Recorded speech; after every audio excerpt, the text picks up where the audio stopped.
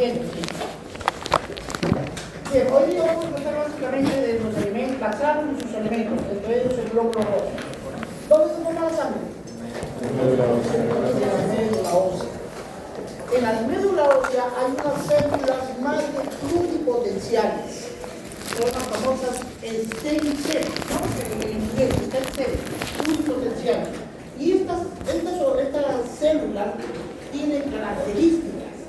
Desde la primera vez que vine a enseñarles, hicimos un conversatorio con respecto a qué es una característica, ¿cierto? ¿Quién define qué es una característica?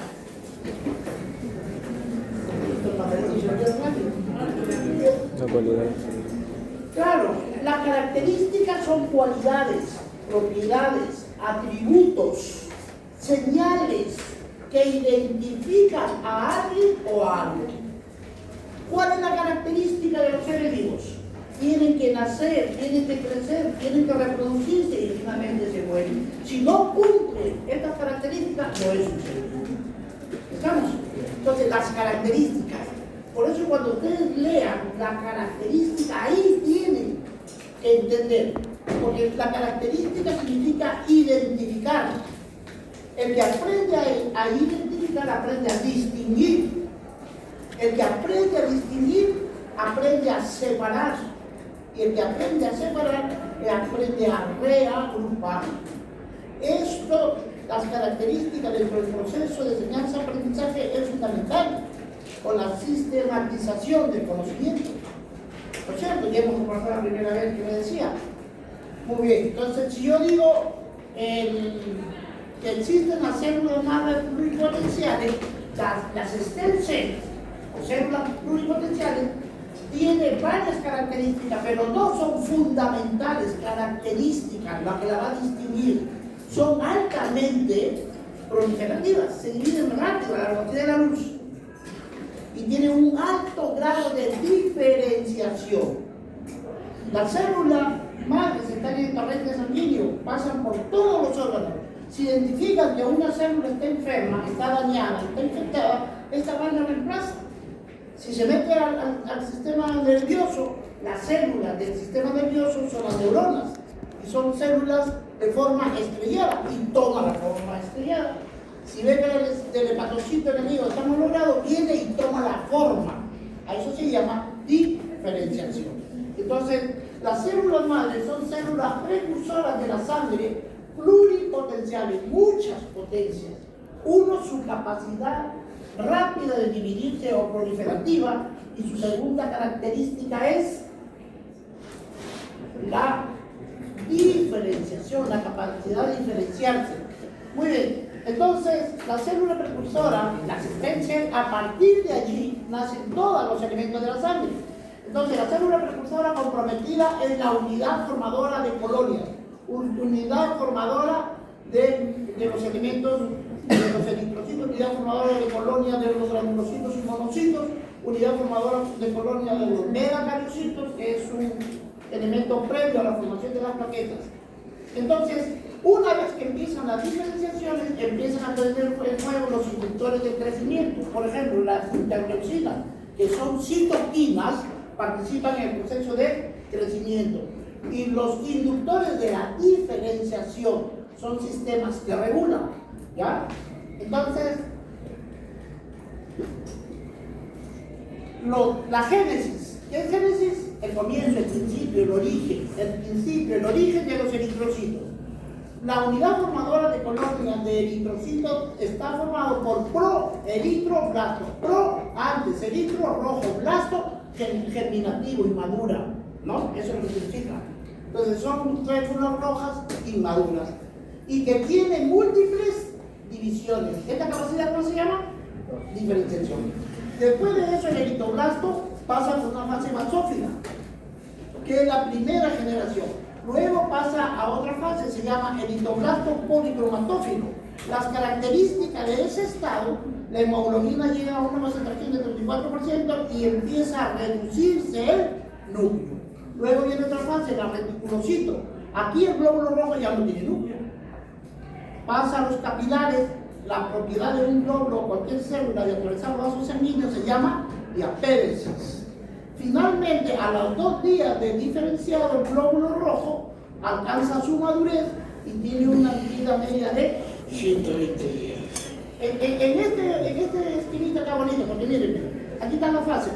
Proeritoblasto, eritoblasto basófilo, eritoblasto policromatófilo, eritoblasto cromático, reticulocito y el hematide. Vean en el proeritoblasto, si me preguntan cuál es la característica, qué es y cuál es su característica del proeritoblasto.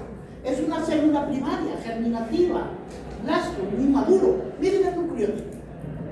Y conforme va diferenciándose, aquí ya pierde el núcleo. Y esta es una célula anuclear.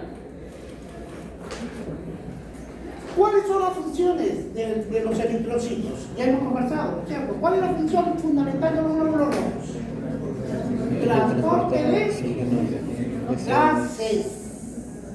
Llevan oxígeno al tejido y del tejido recogen el CO2 y lo traen al pulmón para que salga. Es un transportador de gases. Eso por un lado.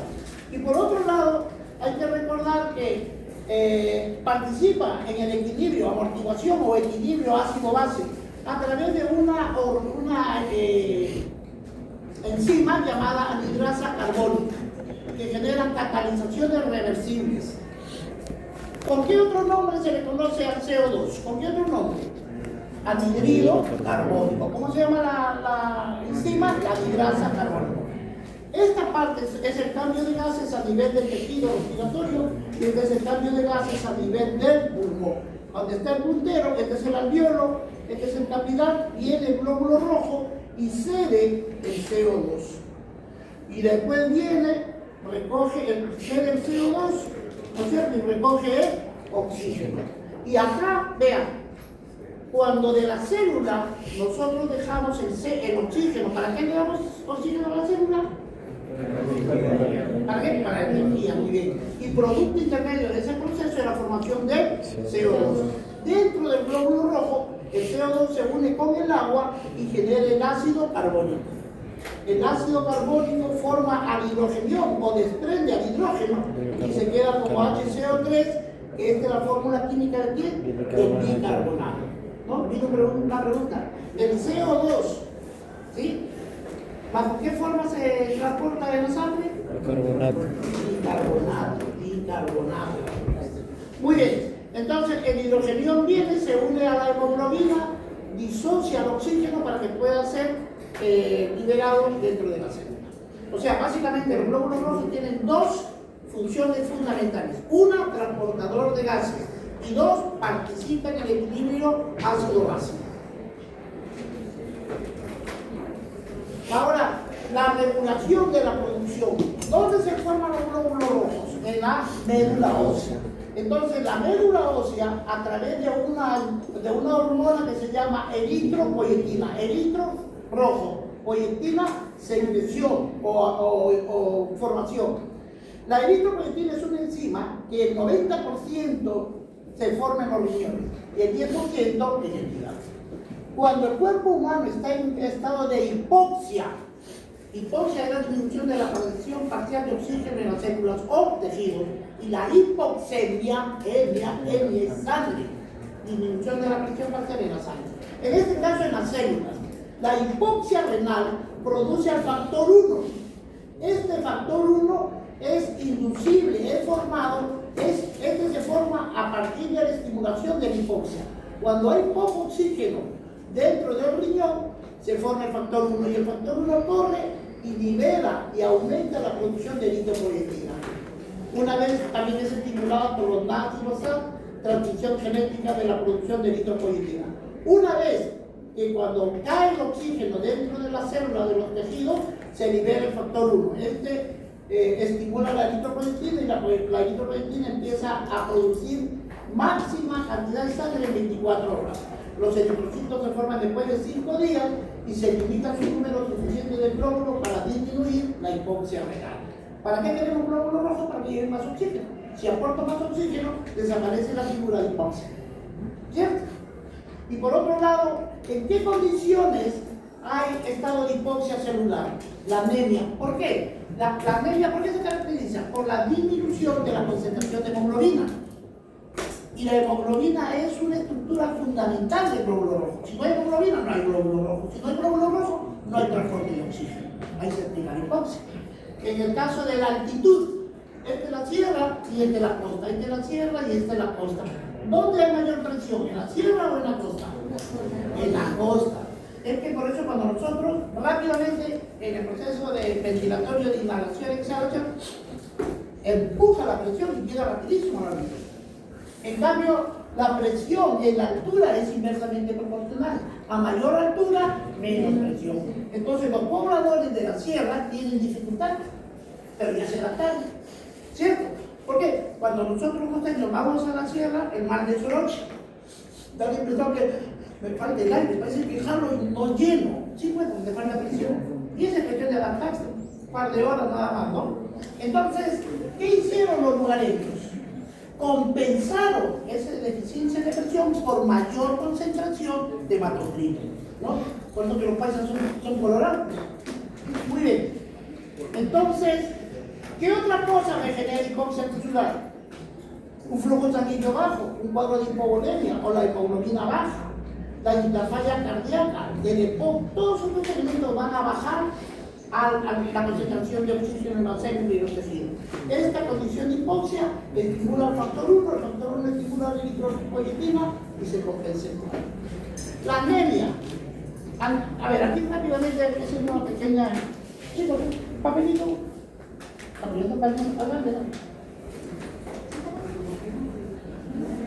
Miren. A ver, por favor,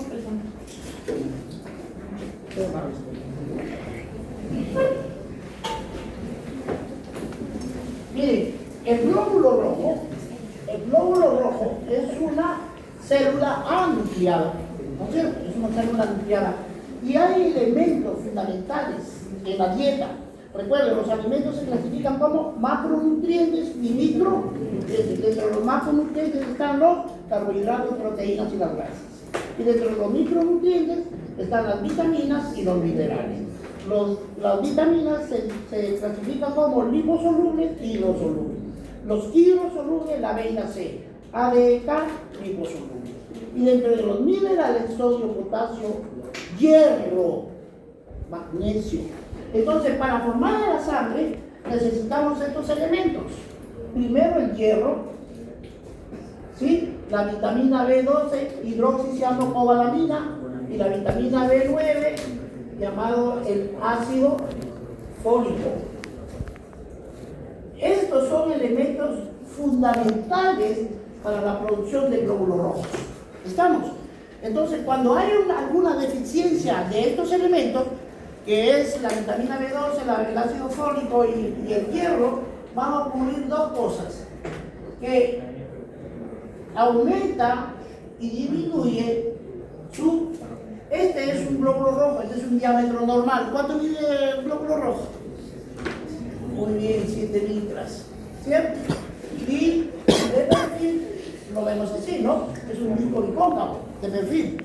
Entonces, cuando una persona tiene deficiencia de glóbulo rojo, está en estado anémico. Entonces, si la anemia es macrocítica, porque van a ser macrocítica, la anemia puede ser macrocítica, puede ser normocítica o microcítica. Entonces, cuando las anemias son por macrocíticas, nosotros tenemos que hacer el estudio y la diferenciación de estos dos, del ácido fólico y de la vitamina B12. Y la anemia microcítica es por deficiencia ¿de qué? Del hierro. La anemia es una patología predominante en el mundo. En el 80-90% de las veces la anemia es de tipo microcítica por deficiencia de hierro. ¿Estamos? A ver, ¿qué más quiero aquí para entender? Ya, nada más. Regresamos. Entonces, la anemia megalogrande, macrogrande. Las anemias megaloblásticas se producen por déficit de vitamina B12 y ácido fólico. El ácido fólico es B9. Y las anemias perniciosas hay por una mala absorción. Entonces, la pregunta lógica que va a venir, ¿dónde se absorbe el hierro? ¿Dónde se absorbe el ácido fólico? ¿Dónde se absorbe la vitamina B12? ¿Dónde se ve? Recuerden que el intestino delgado, ¿no es cierto? El intestino delgado tiene 3 segmentos: duodeno, yeyuno y el ilio. ¿Cuánto mide? 7.5 metros. ¿Cuál es su función? Absorber los nutrientes que han salido del proceso de la digestión. Entonces, fíjense, a nivel de ilio se absorben estas dos. Recuerden, ¿estamos? Y el hierro es en el duodeno. Pero acá hay una salvedad con el B12. Con el B12, miren, la B12 que se absorbe a nivel del ilio, el enterocito, aquí están las células, ¿no es cierto?, que lo tienen que absorber, pero solo el enterocito no lo jala. Tiene que haber un binomio obligado, tiene que haber una proteína que la envuelva. En esas condiciones recién es absorbida la B12. Y la proteína que la envuelve se llama el factor intrínseco. ¿Y dónde está el factor intrínseco?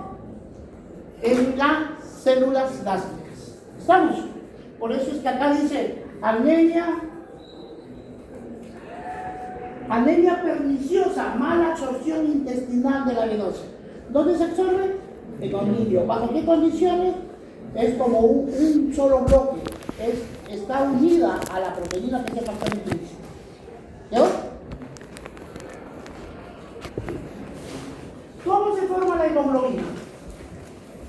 A ver, igualito. Entonces, miren, en la medida que el glóbulo rojo se va envejeciendo, cuando está joven, su membrana está turgente, está tensa, porque está con mucho líquido, está vitalizado su glóbulo.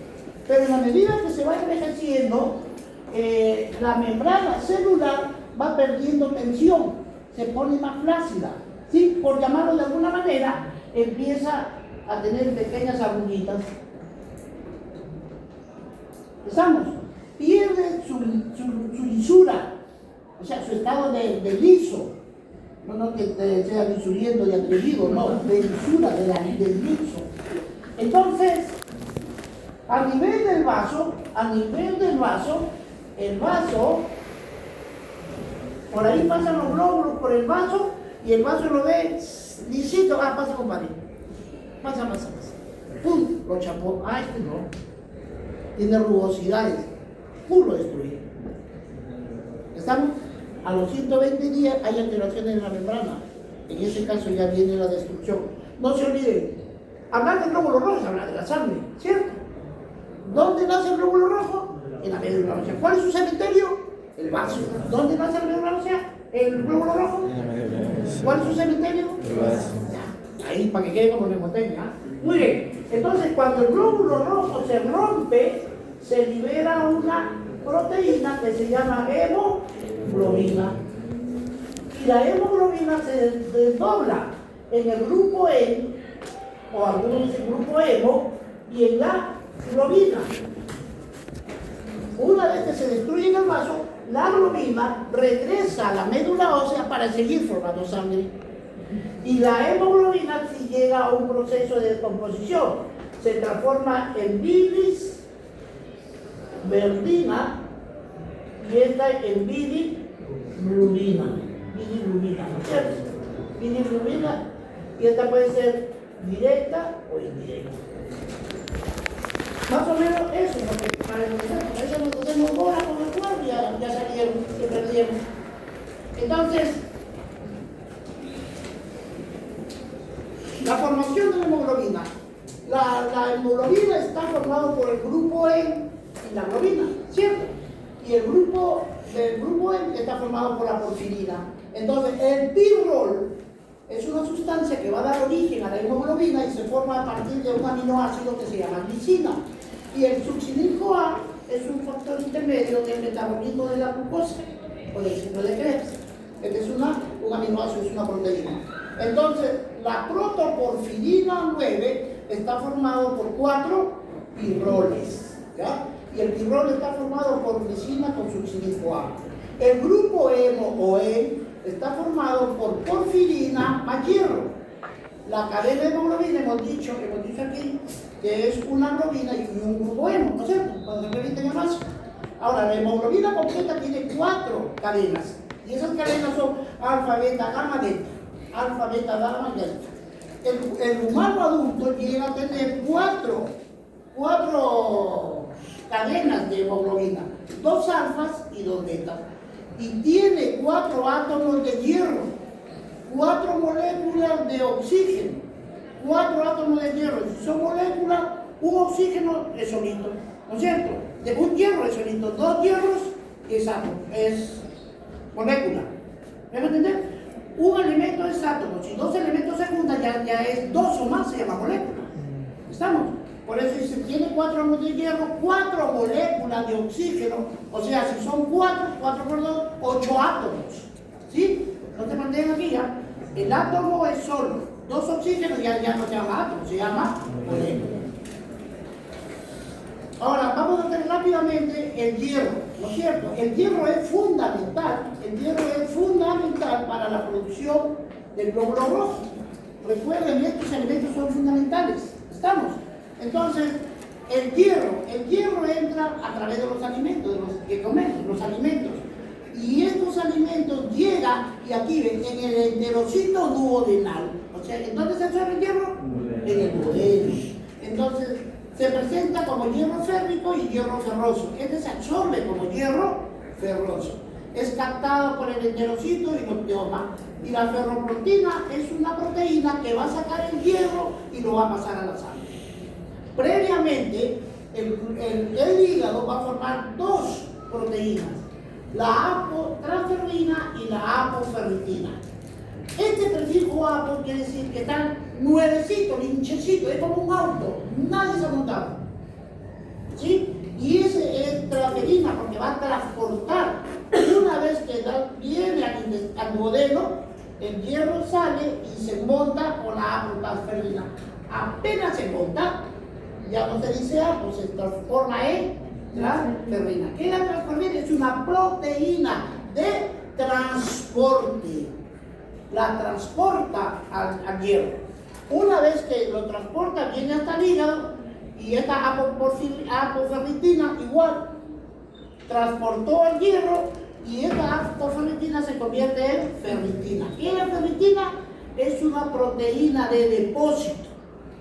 La transferina transporta y almacena. ¿Sí? Aquí está el prefijo transporte. ¿Cierto? Bueno, yo usaba mi neumoteño cuando decía ferri, me acordaba de las ferreterías y las ferreterías almacenadas. Entonces, este es el transportador y este es el depósito. Ahora, la ferritina la vamos a encontrar fundamentalmente en el hígado, en la médula, en los músculos y en las células en general, pero predominantemente es en el hígado, en el músculo y en el hueso. ¿Para qué quiero el hierro? Para formar sangre. ¿Estamos? Normalmente se excreta 0,6 miligramos al día, la pérdida de sangre es de 0,7 miligramos diarios en caso de la medicación. Ahora, los glóbulos rojos, los eritrocitos, ya hemos visto, ¿cierto? La parte del cloniloblasto, la diferenciación hasta la fase, ¿en qué fase ya no existe núcleo? ¿Cuándo empieza y cuándo ya queda sin núcleo?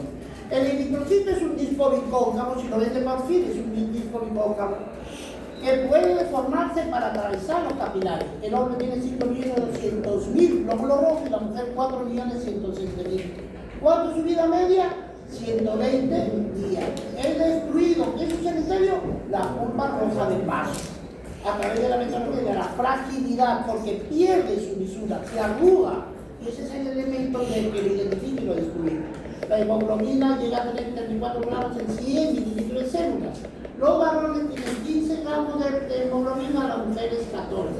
El hematocrito normal está entre 40 y 45%. ¿Qué es la anemia aplásica? ¿Dónde se forma la sangre? En la médula ósea. ¿Cierto? Entonces, cuando a nosotros nos alcanza por ejemplo, un análisis de laboratorio y yo veo hemoglobina 6, inmediatamente, esa es una norma, vayan y busquen los otros 2 elementos de la sangre. ¿Qué falla? Glóbulos blancos y plaquetas. Si yo tengo hemoglobina, que es sinónimo de glóbulo rojo, ¿cierto? Porque hablando de, si yo tengo hemoglobina baja, digo, tengo bajos glóbulos rojos. Y si yo encuentro conjuntamente bajo los glóbulos blancos y bajo las plaquetas, yo recién puedo decir que es una anemia aplásica. Asimplasia tejido.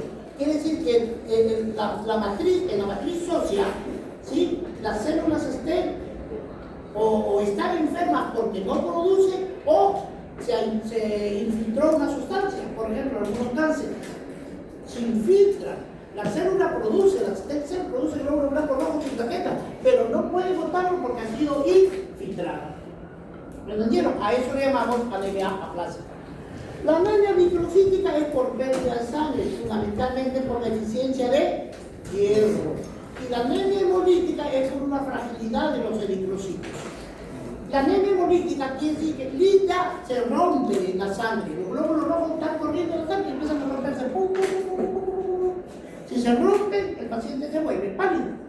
Pero como se rompe y liberan bilirrubina, en algún momento la anemia hemolítica tiene dos características clínicas. El paciente está pálido e histérico. ¿Y en qué momento se da la fragilidad? Habíamos visto que de las cadenas de la hemoglobina hay hemoglobina alfa, beta, delta y teta. ¿Se acuerdan? Ahora, cuando hay patologías, ya cuando ya esté en clínicas, sino que les adelanto para tener una idea, hay unas hemoglobinopatías, ¿sí? Entonces, las hemoglobinopatías son enfermedades que están relacionadas con la genética familiar. Y generalmente es en la gente y la raza semita, los blancos de Europa, ¿sí?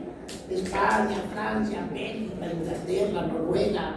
Por ahí yo soy colorado sin sufrir de eso. Menos mal que para América Latina no es tanto la talasemia. ¿Y qué es la talasemia? Es un glóbulo rojo que tiene la forma de una luna.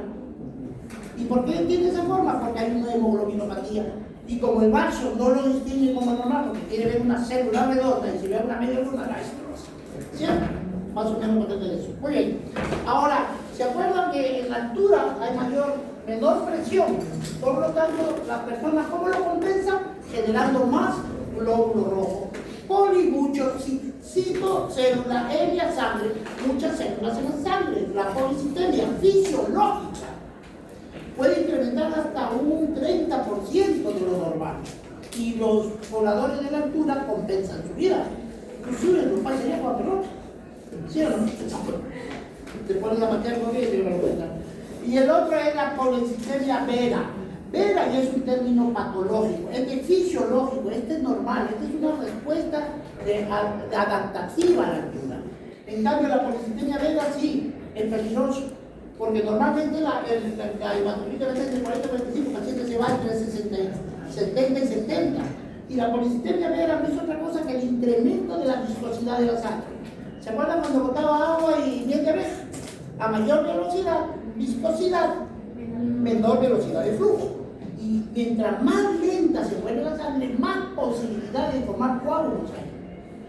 ¿Estamos? Con 70 más o menos, ¿cuánto tiene? 23. Creo que está en 9, 6, 69. 23 de hemoglobina. Nosotros toleramos hasta 17%. 17 por 3, 51 de hemoglobina. Entonces ya es una torrente más. Y este ya es una patología.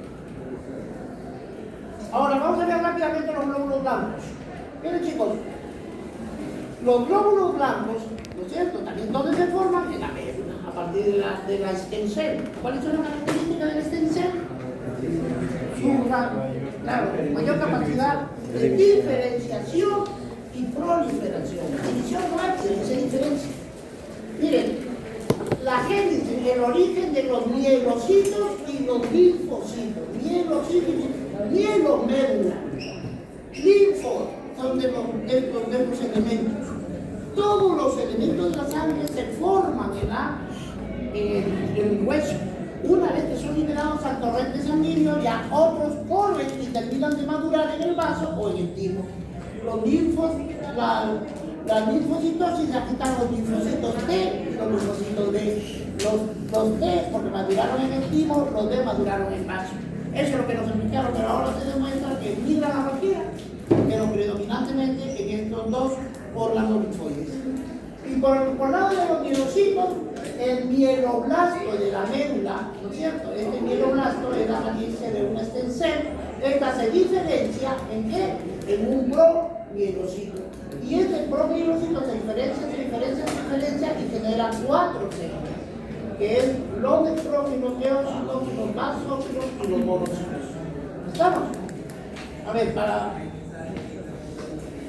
quiero explicarlo para que tengan, para entender lo que es. De hecho, los glóbulos blancos se clasifican como granulocitos y los agranulocitos. La neumotecnia, para que se acuerden, ¿no? Ven.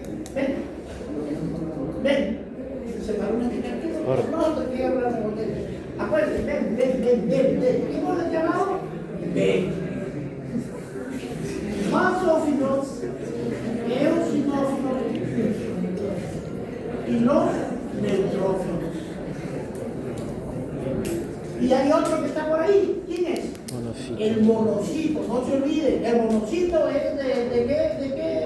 ¿De qué color viene? ¿De qué familia? Del Es miroblasto. un hielo, ¿cierto? El mono. Y ahora de los granulocitos se dividen en los linfocitos, que son los linfocitos B y los linfocitos T. Se llaman granulocitos, chicos, porque efectivamente los glóbulos de su núcleo hay gránulos. Voy a pintarlo de otro color para diferenciarlo. Hay gránulos. Y dentro de los gránulos hay algunas sustancias. Y estas sustancias se llaman citoquinas. ¿Sí? Entonces, esta sustancia, cuando un glóbulo revienta, estas sustancias se liberan, ¿no es cierto? Se liberan a partir de una célula que ha sido lisada, ¿no es cierto? Se rompió, se liberaron esto. Estos son las famosas citoquinas que están dentro de los glóbulos blancos. ¿Y qué son las citoquinas? Son proinflamatorias. Y dentro de ellos tenemos la histamina, tenemos las interleucinas 1, 3, 5, 6, 17, tenemos el factor de necrosis tumoral alfa, tenemos el factor de crecimiento vascular, tenemos los leucotrienos, los tromboxanos, ¿no es cierto? Este tema lo hemos visto, si no me estoy primero encuadrándolo para entender lo que quiero. Muy bien. Ya, aprovechando la imagen, miren chicos.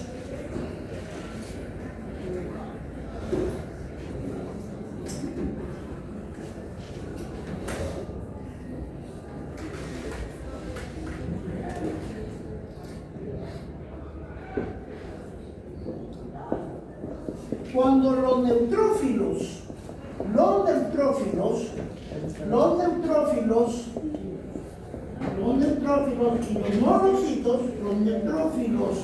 y los monocitos son la primera línea que salen a atacar fundamentalmente a la bacteria.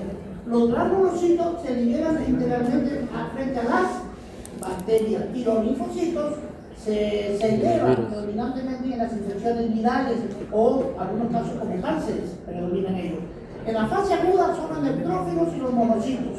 Atacan a la bacteria bajo la función de la fagocitosis. Antes de explicar esto, no olviden, miren, los monocitos son formados en la sangre, ¿cierto? Una vez que se liberan de la sangre, después de 8, 20 horas que están libres en la sangre, se corren y se esconden por todos sitios. Yo cuando lo estudio digo, que son chunchos. ¿Sí? Un monocito es un bebito. Y ese bebito tiene que crecerlo. Una vez que es formado, vertido a la sangre, después de 20 horas, corre y se esconde en todos los tejidos. Por eso también se le llaman histiocitos. Histio con H de tejido. Histiocitos. Y ahí van siempre. De tal manera que cuando ya madura este monocito, ¿no es cierto? Porque es un bebito, llega a ser un bebón, un adulto, ¿no? Ya, ¿cómo se llama? Macrófago. ¿Qué es el macrófago? Es el monocito, pero adulto. Este es el bebito y este es el adulto. Y estos son los que fagocitan. Por eso que cuando lo buscan y lo encuentran en la piel, ya le dieron nombre por célula de lámina. ¿Sí? Porque está sometido aquí al sistema inmunológico. Lo encuentras en el hígado, la célula de Kupffer. Lo encuentras en el cerebro, Ganglionas. Muy bien. Entonces, miren acá, ya quedó claro esto. Yo quiero que se centren, porque no se trata de venir a leer, se trata de venir que entiendan. ¿Hasta ahí vamos bien? Muy bien. Entonces, ahora voy a hablar de qué? Del neutrófilo. ¿Ya? Porque estos dos, neutrófilo y macrófago, son capófagos. Juegan un rol fundamental. Los otros también tienen un rol, ya lo vamos a ver qué hacen, pero primero entendamos lo de acá. Miren chicos, cuando un neutrófilo está chiquito, ¿cierto?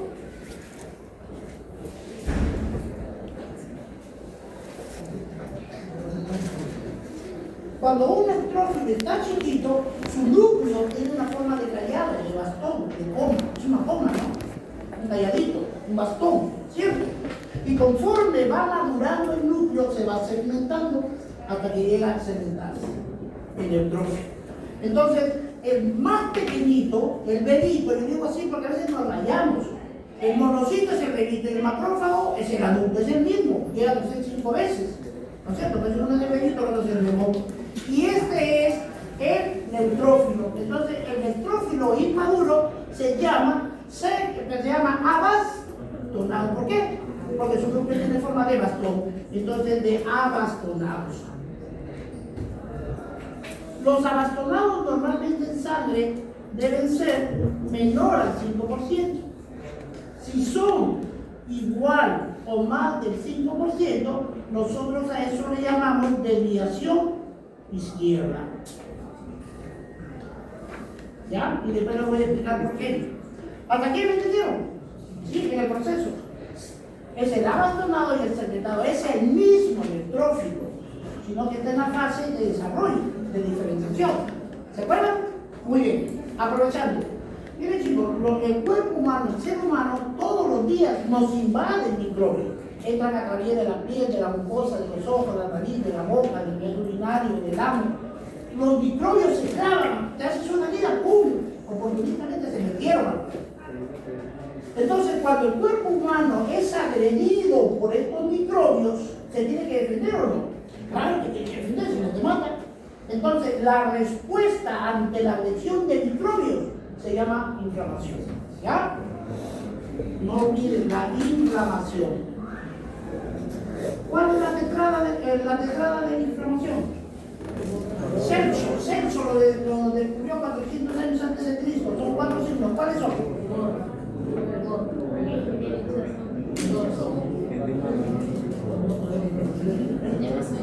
Se hincha, se pone rojo, duele y quema. Se hincha, se pone rojo, duele y quema. Pero ahora, todo justo, ¿no? Se hincha, edema. Se pone rojo, edema o rubor. ¿Ves el ruborizó? Se puso rojita. Rubor rojo.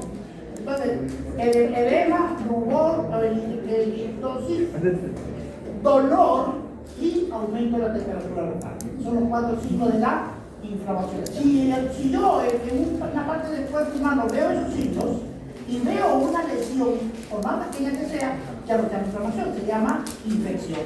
¿Qué es la infección? Son la presencia de los signos de fibrosis o de inflamación más una puerta de entrada. Entonces, cuando hay una inflamación, que generalmente es una infección, no porque puede estar por dentro, una infección por ejemplo de la vía urinaria, de la vía respiratoria, entonces se arma una broncota, ¿sí o no? Hay una batalla campal. ¿Entre qué? ¿Entre qué? Entre el ejército del cuerpo humano, que son los glóbulos blancos, básicamente, neutrófilo macrófago, ¿por qué? Por los microbios. Micro, pequeño, vía, son pequeñas células vivas, ¿no es cierto? Pero que el ojo humano no lo puede ver. Y para ello requerimos un aparato que se llama microscopio, ¿no es cierto? Dentro de los microbios, bacterias, virus, infeccias, parásitos nos atacan. Muy bien, entonces se da una broncota ahí, ¿cierto? Y de pronto en la materia campal, tan que saca la leche, los microbios están que lo gana el glóbulo blanco.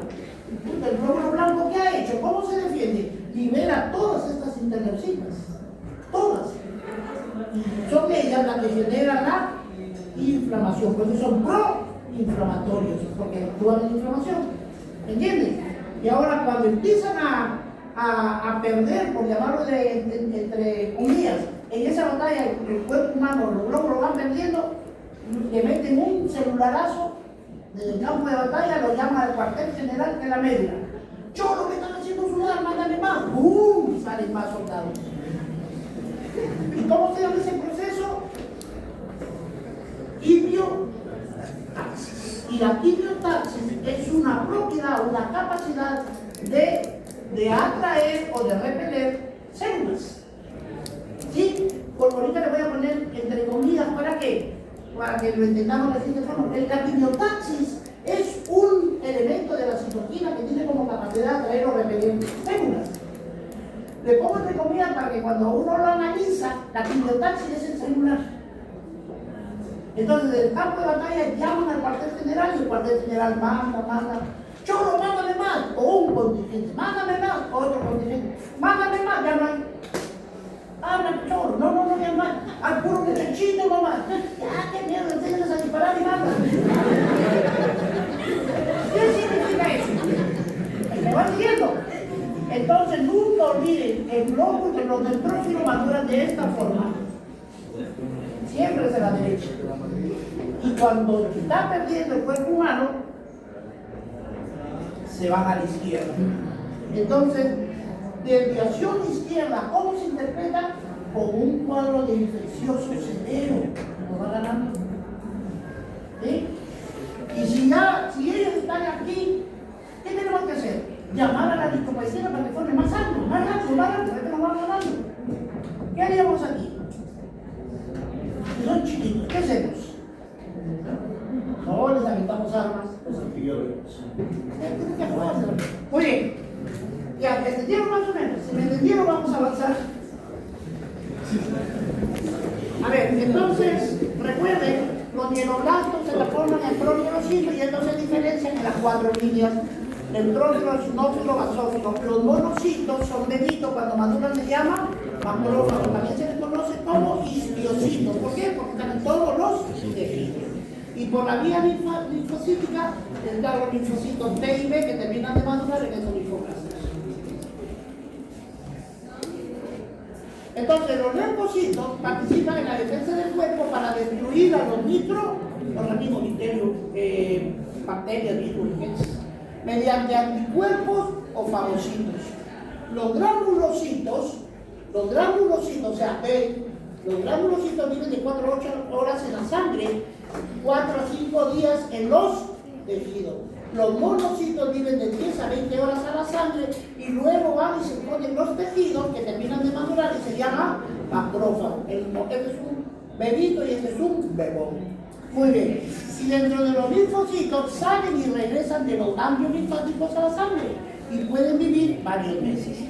Entonces, en esta fórmula laboratorial me dice que los leucocitos normalmente deben estar entre 4.000 y 10.000. Promedio, 7.000. Por encima de 10.000, leucocitosis. Por debajo de 4.000, leucopenia. ¿Ya? Ahora, de estos, los neutrófilos representan el 62%. Entonces, yo planteo una regla de 3 simple. Si de los 7.000 leucocitos, que es el 100%, el 62%, ¿cuánto será? 7% es como 4.800, 800, ¿no? Este es numérica y este es porcentual, y es lo mismo, sino que este es un dato porcentual, relativo. Estos son valores absolutos y estos son valores relativos. 7.000 es el 100%, el 62%, ¿cuánto será? Más o menos 4.200 y pico, no, con el 7% nomás, el 7% ya está. Ahora, eosinófilos 2 a 3%, basófilos 0,4%, monocitos 5,3%, linfocitos 30%. Quiero que miren este cuadro y miren a los neutrófilos con los linfocitos. Estas dos células prácticamente abarcan el 92% de los glóbulos. Porque nosotros tenemos cantidades muy sencillas, muy poco, pero no significa que sean débiles, no tienen un rol fundamental. Ahora, la función de los neutrocitos. Los neutrocitos son células maduras que fagocitan bacterias en la sangre. Los monocitos, células inmaduras, porque es un delito, en los tejidos se convierte en macrófago, aumentando su tamaño es hasta 5 veces. Ahí se pone un bebé. atraviesan los vasos por diapéresis, se mueven por los vasos con movimiento megoideo, se movilizan por quimiotaxis. Y la quimiotaxis es la capacidad de traer o repeler a células blancas al campo de la inflamación. ¿Sí? Está mediado por qué? Por las citoquinas. La fagocitosis fagocitan superficies celulares, rugosas y cubiertas proteicas. Fagocitan marcadores de anticuerpos microbios, contienen limasas y enzimas proteolíticas, contienen peroxisomas, peróxido de hidroxilo y hipoclorito. Cuando el patógeno, viene el patógeno, y es un patógeno X, ¿cierto? Ataca, vienen los glóbulos blancos, y luego hace miedo, ¿no es cierto? Y finalmente ya lo tragó. Una vez que ya lo tragó, le libera todas las enzimas. Le libera enzimas, proteolíticas, superóxido, peróxido de hidrógeno, iones de hidrógeno, hipoclorito y lo destruye. Este es un neutrófilo, miren, segmentado, núcleo, ¿recuerdan? Este es un neutrófilo maduro. ¿Por qué sabemos? Porque tiene un núcleo segmentado. En cambio, el inmaduro tiene la forma de mastón, tiene segmentos. Este es el glóbulo blanco, estas proyecciones son los famosos pseudópodos que simulan al movimiento de la ameba. Entonces, la función de los neutrófilos macrófagos, neutrófilos y macrófagos, porque ellos son los que fagocitan, ¿cierto? Son la primera línea de defensa. Entonces, este rojo, la bacteria, viene la célula, le envuelve, la traga, le libera las sustancias enzimáticas, el peróxido de hidrógeno, el hipoclorito, y lo agarran y lo revientan, lo destruyen. Y lo que queda, exocitosis, lo vomita y se acabó. Neutralizaron a la gente. Fíjense, un neutrófilo puede fagocitar de 3 a 20 bacterias. Una vez que ese neutrófilo se tragó 20 bacterias, ya no las va a digerir, pues no. Ya su capacidad de digestión avanzará a matar 3, 4, lo que significa que esta célula está condenada a morir, y nos llama tóxico. Ahora los macrófagos, ya le dirás que si funciona, pues no quiero contactar. Neutrófilos, miren, 20 bacterias, los neutrófilos se tragan 20, en cambio los macrófagos 100. Y también se tragan los eritrocitos completos, parásitos completos, lisis y mecanismos que viven por meses. Hay células, por ejemplo, todos los virus son intracelulares obligados. Todos los virus son intracelulares obligados. Y hay unos protozoos que invaden al glóbulo rojo, que es la malaria y la bartonellosis. Son enfermedades metacélicas. Se llama enfermedad metacélica que está mediada por transmisión de un vector, generalmente un zancudo. El dengue es transmitido por qué? ¿Qué zancudo? Chikungunya, a esa aquí.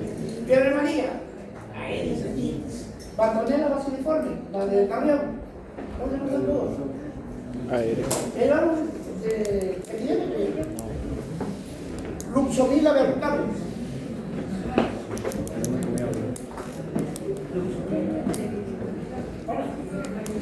No, sí, señorita, sí. ¿Qué señorita que tiene en el baño?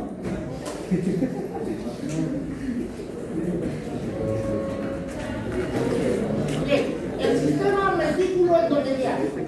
¿Qué es el sistema? ¿Qué es el sistema?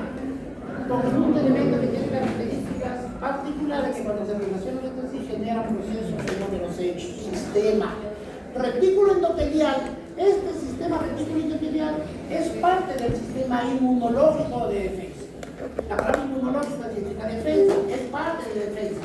Habíamos dicho que los macrófagos apenas después de 20 horas se meten a todos los tejidos, que ahí terminan de madurar en forma de los monocitos maduran hasta macrófagos. Los macrófagos tisulares en la piel y en los tejidos se llaman histiotejidos, citocélulas en los tejidos, que son los macrófagos. Macrófagos de los ganglios linfáticos, macrófagos de los alveolos y los pulmones, macrófagos de los sinusoides hepáticos a través de la célula de Kupffer, los macrófagos de los vasos y la médula ósea. Miren, cuando se absorbe pasa a la vena. La vena mesentérica inferior drena sobre la mesentérica superior, la vena mesentérica superior drena con la vena esplénica y forman a la vena porta. Entra a la vena porta y vacía la sangre en los sinusoides hepáticos. Valga la vulgaridad de mi ejemplo. Los sinusoides hepáticos no es otra cosa que como fueran tinas. Ahí las tinas. de ahí viene Kufer, que es el macrófago. A ver, pequeña bacteria, allá se nos pasa la droga. ¿Para qué los tiran? Porque esa sangre del aborto es rica en nutrientes, es riquísima en nutrientes. Pero antes de que pase por todo el cuerpo, el hígado se espera de manipular a través del sistema retículo endotelial con la participación de la glúteo. ¿Qué hace el sinusoide? La limpia de cualquier microorganismo que se pudo haber infiltrado. Y porque si pasa el torrente sanguíneo, esa bacteria que se trasladó, se pasó, se puede separar de otro sitio. Por eso ahí el Kufer lo elimina. Entonces, la inflamación tiene 4 líneas. La primera línea de defensa son los macrófagos. Estos macrófagos insulares de la piel de los eritrocitos. Se inician los minutos, los macrófagos son los primeritos. Los de segunda línea son los neutrófilos, que a través de la quimiotaxis son atraídos en horas, en minutos, en horas, y aumentan de 15.000 a 25.000. ¿Por qué? Porque necesitan muchos soldados. Y luego la tercera línea está dada por los monocitos sanguíneos a los tejidos para convertirse en macrófagos. Como están en un cuadro de guerra, la lógica dice, si están en guerra, los neutrófilos se van a ir, los van a matar. Y si lo matan, tienen que sacar a los abastonados, ¿cierto? Pero la sangre acelera su producción, porque también tiene que formar más monocitos, porque necesita más macrófagos. ¿Entienden? En esa secuencia. Entonces, en la tercera línea, los monocitos sanguíneos, los tejidos se convierten en macrófagos en 8 horas. Acción de las lisocimas, ¿no? Enzimas que participan en la degradación. Y la cuarta línea de defensa son los granulocitos y monocitos de la médula ósea de 3 a 4 días y pueden durar de años.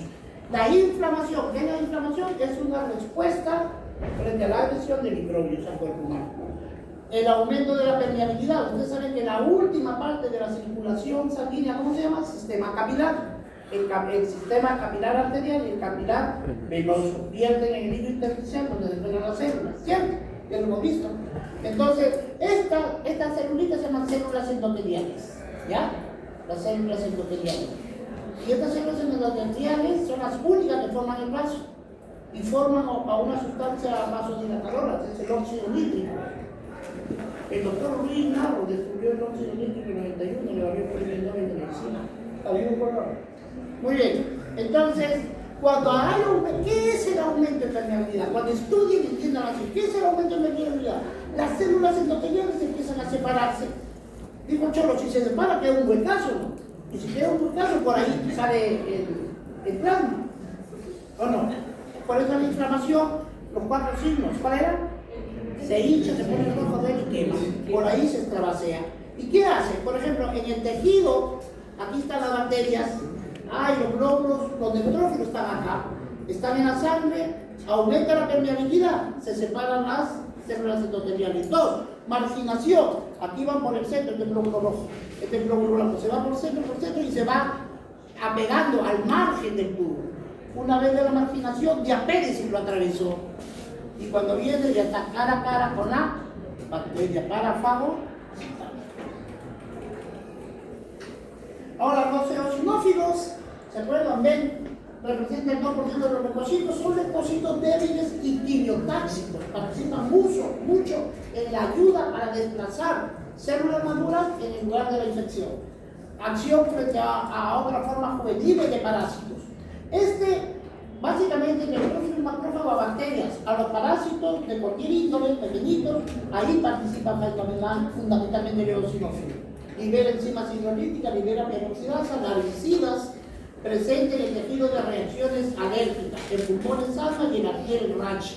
Normalmente, cuando los eosinófilos se aumentan en la sangre, se llama eosinofilia. Cuando los eosinófilos se elevan casi el 80% de las veces, es que el cuerpo está cursando con una parasitosis o con una reacción alérgica, fundamentalmente el asma.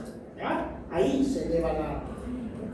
Ahora, los basófilos más o menos también tienen el mismo rol, coadyuvan a los eosinófilos.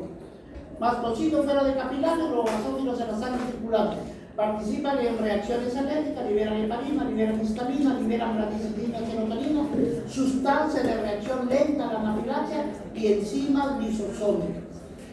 El anticuerpo, la inmunoglobulina E, se une al antígeno de superficie del mastocito basófilo y liberan sus gránulos. Tipo de inmunidad. A lo mejor es el tipo que más lo dice.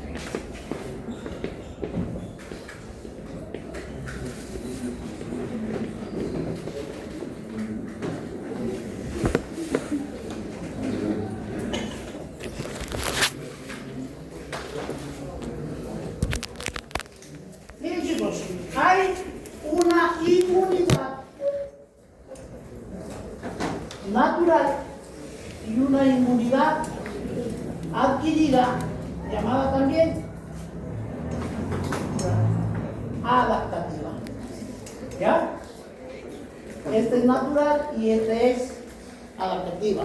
Ahora, entonces los linfocitos, ustedes saben que se forman los linfocitos y los linfocitos son los linfocitos T y los linfocitos B.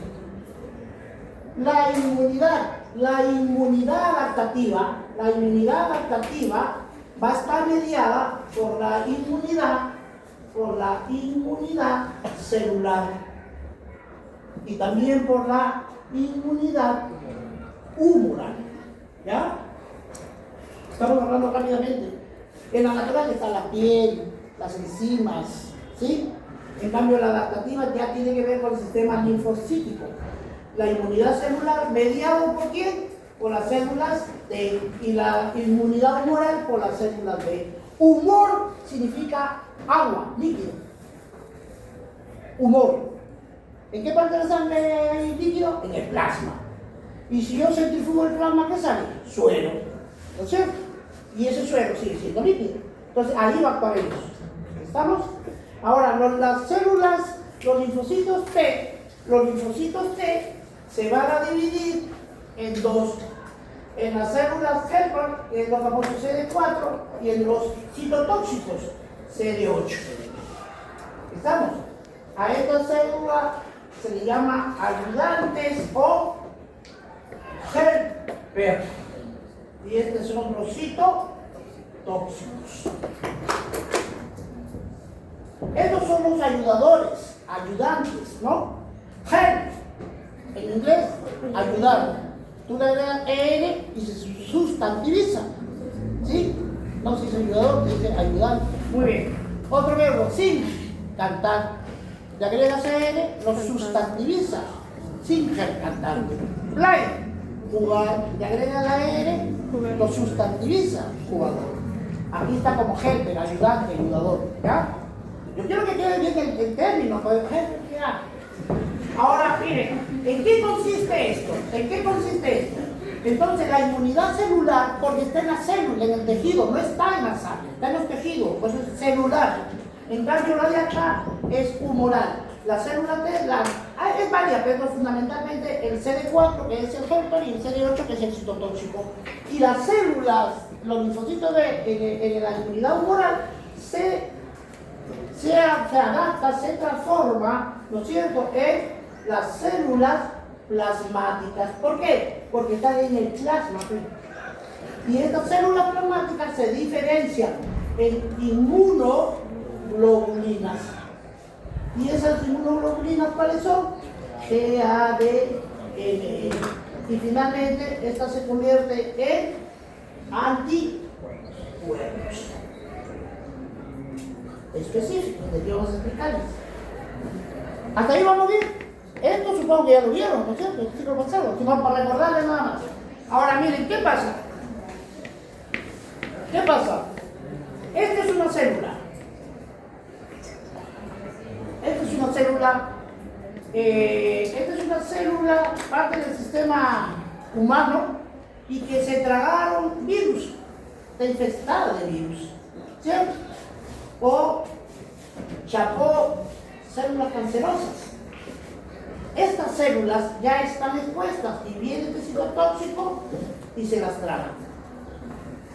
¿Estamos? Porque ya están enfermas también. Ahora, de las inmunoglobulinas, ¿no es cierto? De las inmunoglobulinas. ¿Qué hace el germen? Imagínense, cuando uno habla de bacterias, de virus, riqueza, parásitos, es todo el propósito académico. Porque normalmente en una persona todos los microbios entran al mismo tiempo y todo el sistema responde ante la agresión. Suponiendo que la doctora fuera un virus, ¿sí? Viene el macrófago y el necrófago se traga, pero mueve más, se la traga, mueve más y empezaron a morirse estos, entre comillas, ¿sí o no? Ahí viene el germen. El germen es una célula chiquita y acá tal vez el macrófago y el necrófago, dos grandazos. El objetivo del germen es solamente acercarse, ellos lo cuidan, él viene y nada más, quiere tocarla, nada más, y corre a los órganos linfoides. En los órganos linfoides abre el genoma, y dice, mira compadre, este es un de la atacante, sí, la está comiendo ella, fíjate, ¿sabes? Este es el punto. Hay que atacar en esta estructura de su composición y a todos los que tengan la misma forma los matamos. Perfecto. Se van al laboratorio y empiezan a clonar, a hacer copias. Y a ese clon que se repite se llama anticuerpo específico. ¿Entendieron? Más o menos.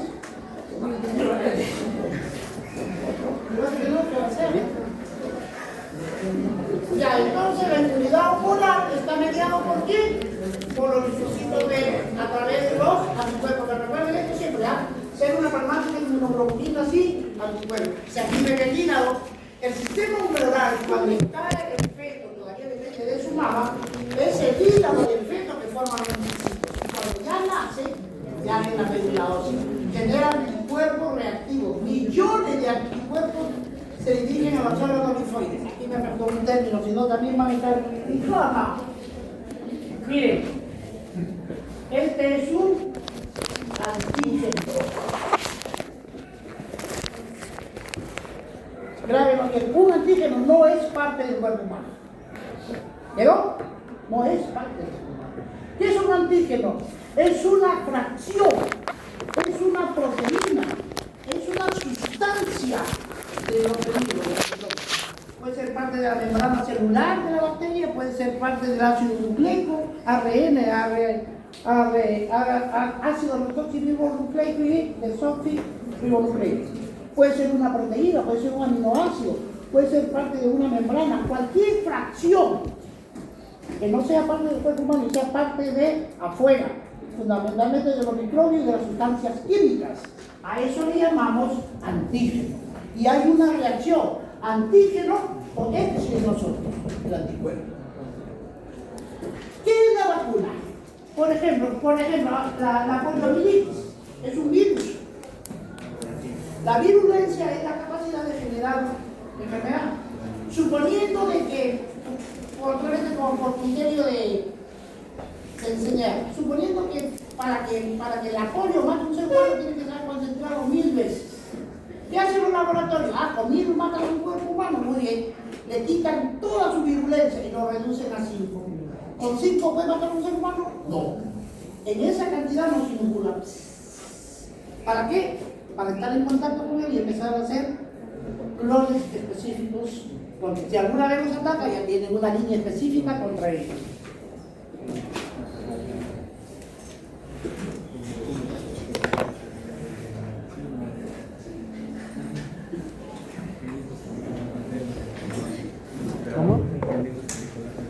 Muy bien, entonces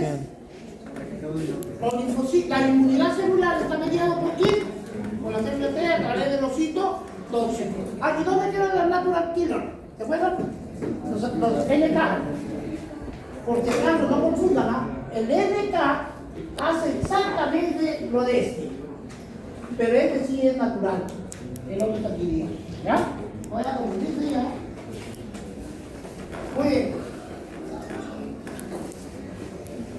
Entonces, la inmunidad celular está mediada por los linfocitos B a través de la destrucción citotóxica. ¿Dónde se activan los linfocitos T? En el timo, por ejemplo, T. Generan antígenos específicos, miles de linfocitos diferentes liberados no reaccionan con antígenos propios. se dirigen a órganos linfoides. Respuesta a una infección de órganos linfoides, formación de clones específicos y formación de clones de anticuerpos específicos.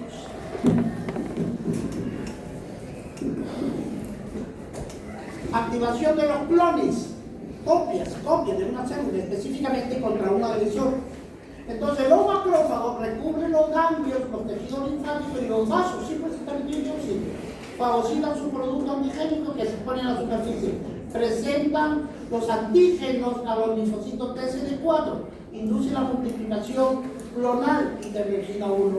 Se activan los linfocitos T y B, se activan los linfocitos colaboradores a través de la linfocina y se activan los linfocitos D. Los linfocitos B, que hemos visto acá, que van a generar las células plasmáticas, los inmunoglobulinas y finalmente los anticuerpos. Los linfocitos B se diferencian en células plasmáticas, 500 células por cada plasmoblasto, sintetizan las gamma globulinas. Las inmunoglobulinas son proteínas. ¿Qué tipo de proteínas? Gamma globulinas. ¿Ya? 2000 moléculas por segundo se forman, secreta a la linfa y a la sangre.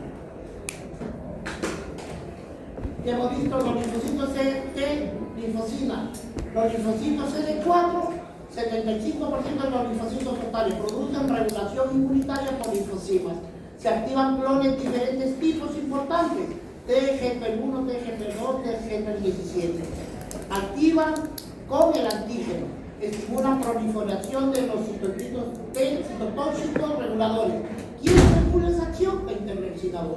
Estimula la proliferación del linfocito B, producción de anticuerpos y células plasmáticas. ¿Qué induce a ese proceso? Interviene la interleucina 4, 5, 6. Activa el sistema macrófago, la interleucina 2. Amplifica la respuesta del linfocito, interleucina 2. Y los linfocitos, porque lo anterior era el CD4, ¿no? Ahora el CD8. Los linfocitos T destruyen microbios y células propias. Los antígenos de superficie de sus membranas permiten la fijación con el microorganismo. ¿Cuál es su mecanismo de acción? Este es el CD8 y en su superficie, en su membrana celular, hay esas estructuras. Y estas estructuras se van a juntar con las células invasoras. Una vez que el citotóxico CD8, a través de estas estructuras de su membrana, entra en contacto con los agentes invasores microbianos, ¿qué hace? Como ya se juntaron, secreta proteínas perforadoras de membrana, las perforinas, porque van a perforar la membrana de la célula agresora. Una vez que le hace hueco, produce poros en la membrana del microbio y libera enzimas digestivas y citotoxinas. Entran ahí y la licúan prácticamente al agresor. Ingreso de niño y se destruye por disolución. También destruye a las células neoplásicas de los trasplantes y sustancias extrañas. Los linfocitos T reguladores regulan la tolerancia a la inmunidad.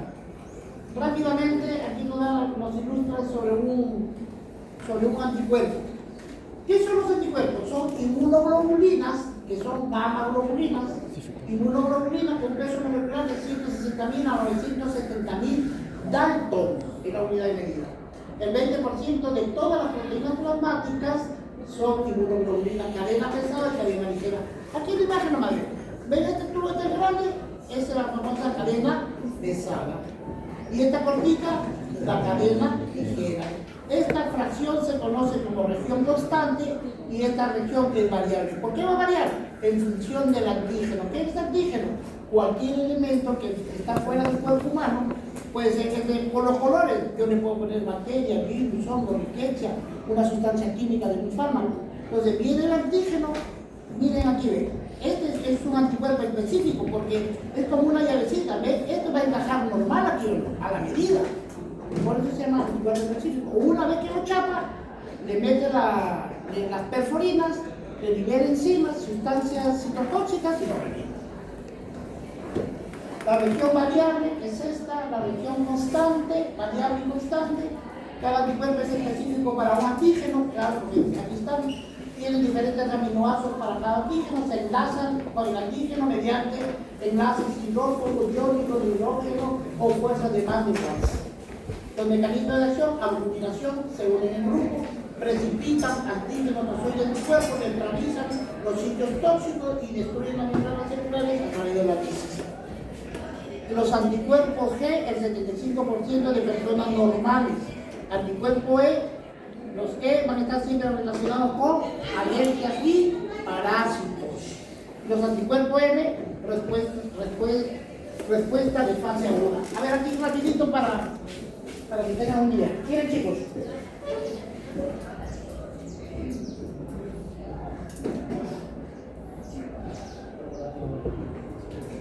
Cuando hay una persona que llega al hospital, ¿no es cierto? Doctor, tengo fiebre, mialgia, dolor de articulares, todo, ¿dónde vives? En tal sitio, se sospecha de dengue.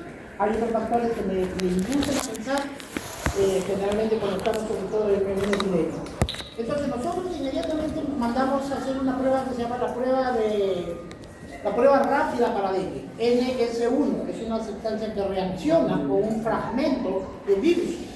Y viene el laboratorio y me dice, doctor, no pinta, sale negativo, pero está con fiebre. Entonces yo tengo que entender, por eso el médico, cuando ya les toque, vamos a conocer la historia natural de la enfermedad. El dengue tiene una fase de 5 a 7 días febril, 2 días de recuperación, 2 días de zona crítica, que puede ir a la mejoría o a la complicación y finalmente a la convalescencia. Cuando la prueba NS1 solamente funciona los 5 primeros días. Si el laboratorio me dice, no pinta, yo no puedo decir, este no tiene dengue. No, digo, probablemente es un mal informante, ya pasaron los 5 días. Mando a hacer pruebas serológicas para el dengue.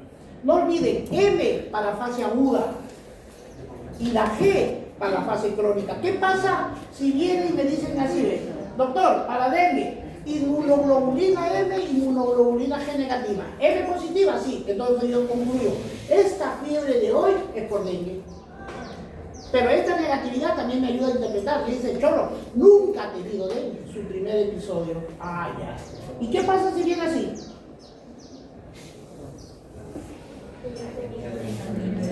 El laboratorio me dice, compadre, en la fiebre de hoy no es por dengue, sigue buscando la causa, pero dengue no es. Y positiva, no, este pata ha tenido dengue. ¿Me va a entender? Y finalmente, esta. La fiebre de hoy es dengue, pero este pata también ha tenido dengue.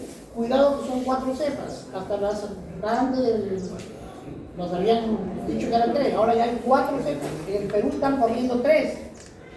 Algunos epidemiólogos no sé si dan a la vista los viejos, pero dicen, oye, están las 4 en Perú, cuidado. ¿Qué significa? El dengue 1, dengue 2, dengue 3, dengue 4, ¿no es cierto? Las 4 cepas del dengue. Si a un ser humano lo infecta un dengue, él queda inmunizado por esa cepa de por vida. Esa cepa puede entrar, pero ya no genera enfermedad, porque ya quedó inmunizado. Si en este caso ya estuvo inmunizado, yo tengo que entender de que ha vuelto a ser infectado. Este es su segundo episodio. La epidemiología, sobre todo los estudios de Cuba, el doctor Martínez alarmó el hecho que es una realidad. Dijo, señores, si a un ser humano le da dengue y le vuelve a dar dengue en el segundo episodio, 100% que va a ser hemorragia. Por eso hay que cuidar que eso no tiene llegado para controlar solamente al vector, al sacudo, ¿no? Muy bien.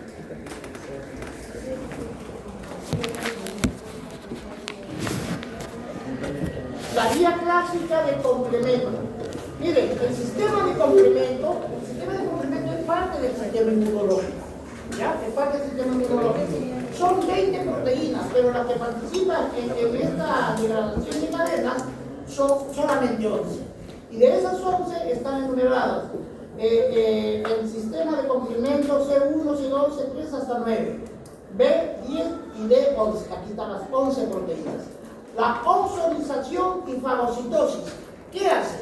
Cuando vienen las bacterias invaden, ¿cierto? Estas son bacterias. Entonces el sistema de complemento se activa. Viene el sistema de complemento y dosa en la membrana del atacante, dosa sustancias. A ese proceso de ponerles unas proteínas sobre la membrana de los microbios que atacan, a ese proceso se llama ozonización. O sea, los agreden, les pegan eso.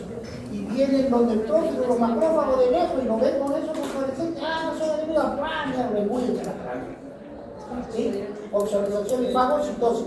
La oxidalización es la marcación de la membrana celular de las células agresivas o atacantes. ¿Quién lo hace? El sistema de complementos, proteínas, específicamente el C3B activado. Después hay lisis por rompimiento de la membrana de los microbios, que está mediado por esta C5B0. Aglutinaciones, la adherencia de la bacteria, neutralización, disminuye su virulencia, quimiotaxis, macrófagos y neutrófilos. ¿Se acuerdan de la quimiotaxis? ¿Por quién está mediada? El sistema de complemento 5A. Activación de mastocitos y basófilos, sistemas C3 activado, 4 activado y 5 activado. Efectos inflamatorios, producen vasodilatación, permeabilidad. ¿Qué es la permeabilidad? La separación de las células endoteliales. Deja unos huecos, deja unos poros y por ahí se extravasían o por ahí salen los glóbulos blancos que le den la propiedad de diabetes. ¿Cierto? Ahora, ¿qué es la tolerancia del sistema de inmunidad? Tolerancia, reconocimiento del sistema inmunitario para diferenciar lo propio del extraño. La tolerancia del sistema inmunológico sí puede distinguir. Ah, no, esta célula de acá son parte del cuerpo humano, no son mías, yo tengo que cuidarlas. Y voltean para acá, ah, no, estos pajaritos no son de nosotros, ¿no es cierto? Los atacamos. A eso se llama tolerancia, la capacidad del sistema inmunológico de diferenciar a las células propias de las extrañas. Después que se da el proceso inflamatorio, ¿se acuerdan que está en la batalla campal? Se da el proceso inflamatorio, la selección clonal de linfocitos T reguladores y B. El proceso se desarrolla durante la activación linfocítica en el timo y en el vaso, y se habla de un fracaso de la tolerancia. Produce enfermedades autoinmunes, forma autoantígenos. A ver, ¿qué significa eso? Yo lo entiendo así, por eso disculpen la barbaridad del ejemplo. ¿Se acuerdan que estaban aquí en la campaña? Ya lo neutralizamos, ¿no? Ya un glóbulo blanco agarra un megáfono y sube a una mesa. Dice, compañeros glóbulos blancos, hemos sacado la Michi Bravo, ganamos. ¿Sí? Pero entonces, ahora como ya terminaron, por favor, se les pide que de forma disciplinaria regresen a sus cuarteles. Y los soldaditos regresan al vaso, aquí, a la América, a los tejidos. Y se quieren poner los ramos, un mañanazo. A eso le llama pérdida de tolerancia. De tal manera que estos soldados traumados empiezan a lesionar a las células del hígado, del páncreas, de los riñones, del hueso. Los consideran como antígenos y los atacan. A ese grupo de enfermedades se llaman enfermedades del tejido conectivo o enfermedades inmunológicas. ¿En qué consiste? Que el sistema inmunológico se alojó y perdió la capacidad de diferenciar lo propio de la gente y los ataca. El hombre está llegando a Marte, ¿no? Mandó una expedición a Marte y hasta ahora no podemos resolver el tema de la inmunología. Entonces aquí ponemos una barrera, que son básicamente los corticoides, prednisona, hidrocortisona y algunos inmunosupresores, básicamente el metronidazol o el hidróxido de cloroquina. Es eso, ¿no? Es una enfermedad muy triste, muy limitante, ¿ah? Bueno, quedó más o menos lo que es tolerancia y pérdida de mismo. Hemos visto los glóbulos rojos, ¿cierto? En el proceso de diferenciación, cómo también pierde el núcleo, la vida media del glóbulo rojo, ¿se acuerdan? La función del glóbulo rojo, hemos visto la clasificación de los glóbulos blancos. Rápidamente vamos a ver aquí a las plaquetas. ¿Cuál es la función de la plaqueta? Miren, chicos, este vaso. Este chorro de sangre no. Vean este segmentito. Así, todo el mundo está tranquilo. Pero cuando hay microlaceraciones, destrucción y extravasación de la sangre, aquí entran las plaquetas, que es la tercera célula de los glóbulos de la sangre, ¿cierto? Hemos hablado del glóbulo rojo, hemos hablado de los glóbulos blancos, ahora vamos a hablar de las plaquetas. Entonces, los componentes hemostasia, equilibrio, impedir el sangrado y reconstruir esa lesión. Pasa por 4 fases. 1, vasoconstricción.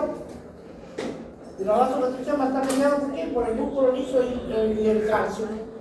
Dos, el tapón plaquetario. Viene la plaqueta y se adhieren, se pegan, una a otra. Esa es la adherencia o la aglutinación plaquetaria. Tercero, forman un coágulo grandazo y después liberan una red de fibrina. La red de fibrina lo aprieta bien contra el vaso. Luego la fibrina se desintegra y todos estos plaquetas que habían quedado aplastadotas reconstruyeron. ¿Sí? Cierran el orificio y se restablece la circulación. Entonces, la biostasia tiene 4 pasos. ¿Cuáles son? Vasoconstricción, tapón plaquetario, coágulo sanguíneo y la proliferación del tejido fibroso. Esta es la primera. Paso 1. ¿Qué pasa cuando empieza a sangrar? Vean, miren la integridad, está azul, está íntegro. Miren las células endoteliales, está bonita. Y aquí, acá hay un bache. ¿Sí? Acá hay un sesgo. Aquí está la ruptura. ¿Cuál es la primera acción? Hace un espasmo, una contracción para que el vasito se cierre. Entonces, este espasmo está mediado por reflejos nerviosos. Los autacoides son una especie de enzimas que participan sobre el endotelio traumatizado y las plaquetas, llamando a las plaquetas para la agregación y formación del coágulo. En la segunda ya viene la formación del tampón plaquetario por las plaquetas. En la membrana celular, en el citoplasma, ¿qué va a ocurrir? A nivel de membrana, las glucoproteínas evitan su adherencia en el tejido normal. Los fosfolípidos activan la coagulación, o sea, la agregación de las plaquetas. El citoplasma, van a ver algunas sustancias, ¿no es cierto? Las proteínas, actina, miosina, trombostina, el retículo endoplasmático, aparato de Golgi, almacenan el calcio. ¿Cuál es el efecto del calcio en la célula muscular?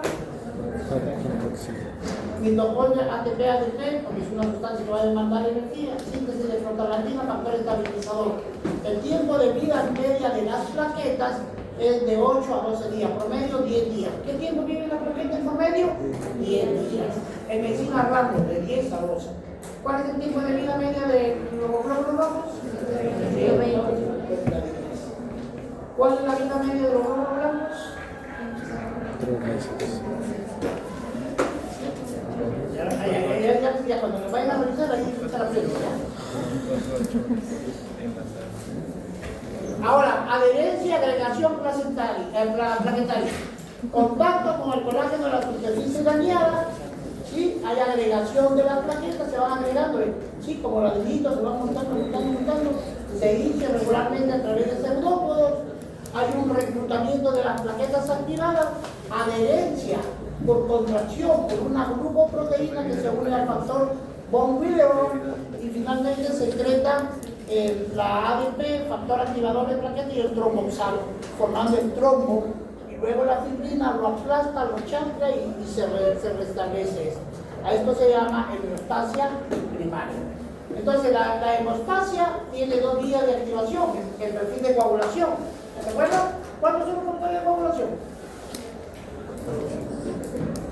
¿Cuántos son? Sí.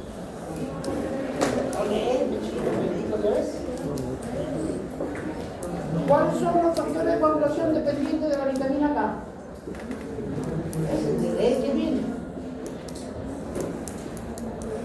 ¿Cuántos son los pares craneales? ¿Cuántos son mixtos? Sensitivos y motores. ¿Cuántos son mixtos? 7.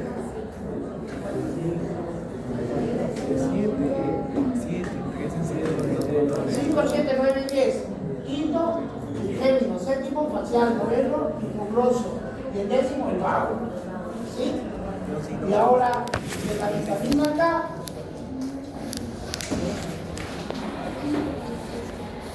dos, 7, 9, 10. ¿Ya? El factor 2, 7, 9, 10 son dependientes de la vitamina K. Muy bien. Entonces, el sistema de la coagulación extrínseca se activa extrínseca. Quiere decir que el traumatismo es externo, un golpe, ¿no es cierto? Se lesiona, hay una liberación del factor tisular, o sea, del tejido, que es la tromboplastina tisular, por acción de los fosfolípidos como enzima proteolítica. Se activa el factor 10 y aquí empieza.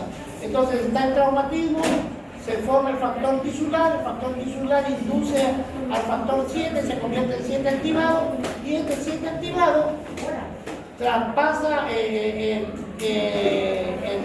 factor 10 en 10 activado, y este 10 activado genera la protombina y la protombina se convierte en trombina. ¿Cuánto dura este proceso? 15 segundos.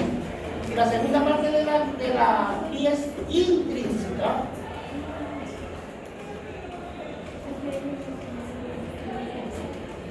De la vía intrínseca, el traumatismo sanguíneo se activa el factor 12. ¿Cuál es el 12? Vamos a verla. Liberación de fosfolípidos comunitarios, activación del factor 9. Aquí viene, el factor 12 va a convertir al 11 en 11 activado. El 11 activado activa al factor 9 a 9 activado. Y el 9 activado va a transformar a 10 en 10 activado, y aquí se repite nuevamente la parte final. Es la activación de la protonina, y la protonina se convierte en trombina. ¿Cuándo dura? De 1 a 6 minutos. El punto 10, así como hay una vía intrínseca, hay una vía extrínseca. Es como una Y, ¿cierto?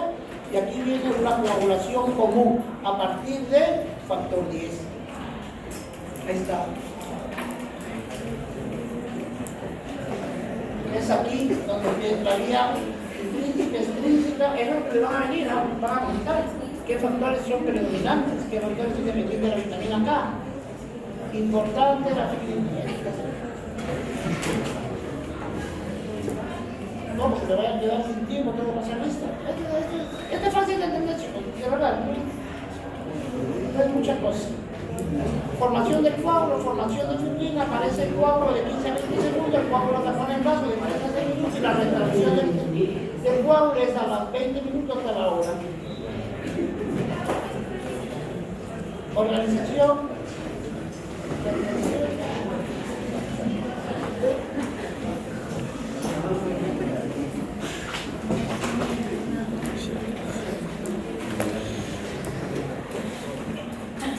Muy bien, un ratito para tomar la lista.